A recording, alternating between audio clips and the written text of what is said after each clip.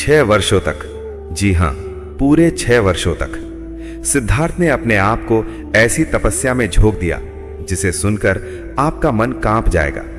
दिनों की भूख, रातों की बेचैनी, शरीर का क्षीण होना, लेकिन संकल्प अटूट। वो भोजन घटाते गए, कभी केवल एक दाना, कभी 7 दिनों में सिर्फ एक निवाला, गिरते पत्ते, पेड़ की छाल, जंगल की नमी, यही उनका आहार, यही उनकी परीक्षा। ठंड की कड़कड़ाहट में खुले आसमान तले बैठना, गर्मी में आग जैसे सूरज की तपिश को सहना, अंधेरे जंगल में अकेलापन और मृत्यु जैसी खामोशी, सब कुछ उन्होंने स्वीकार किया।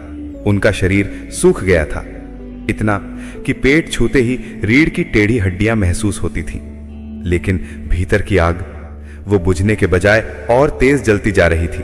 परंतु इतनी यातना, इतना कष्ट, इतनी तपस्या के बाद भी सत्य का द्वार उनके लिए नहीं खुला। एक रात उनके भीतर अचानक एक बिजली सी कौंध उठी। क्या मैं खुद से लड़ रहा हूं? क्या मैं जीवन को नकार रहा हूं? क्या यही मार्ग बोध की ओर ले जाएगा? नहीं, सत्य अपने आप के विनाश में नहीं, अपने आप की शुद्धि में है। यह समझ वज्र की तरह उनके हृदय पर गिरी। उसी समय सुजाता आई। वो खीर लेकर खड़ी थी। सिद्धार्थ ने स्वीकार किया और उसी क्षण उन्होंने स्वीकार किया, कठोरता नहीं, संतुलन ही मुक्ति का द्वार है। उन्होंने तपस्या छोड़ी, लेकिन हार कर नहीं, सत्य को पहचान कर। उन्होंने मध्यम मार्ग अपनाया, सम्यक दृष्टि, सम्यक प्रयास और सम्यक ध्यान। फिर वो क्षण आया, बोधि वृक्ष के नीचे सन्नाटा भरा गहरा ध्यान और अस्तित्व का द्वार खुल गया।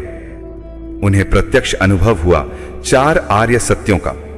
एक एक परत खुलती गई, दृष्टि जागी, ज्ञान फूटा, प्रज्ञा उठी, बोध प्रकट हुआ और फिर अंधकार को चीरता हुआ प्रकाश। यह केवल एक साधक का जागरण नहीं था, यह संपूर्ण मानव जाति के लिए अज्ञान से ज्ञान की ओर पहला महाप्रकाश था। सत्य बाहर कहीं नहीं, वो भीतर सोया है। निर्वाण कोई चमत्कार नहीं, यह उस मनुष्य का जन्म है जो अपने भीतर उतरने की हिम्मत रखता है। दोस्तों, वीडियो अच्छी लगी हो तो लाइक, फॉलो, शेयर करें।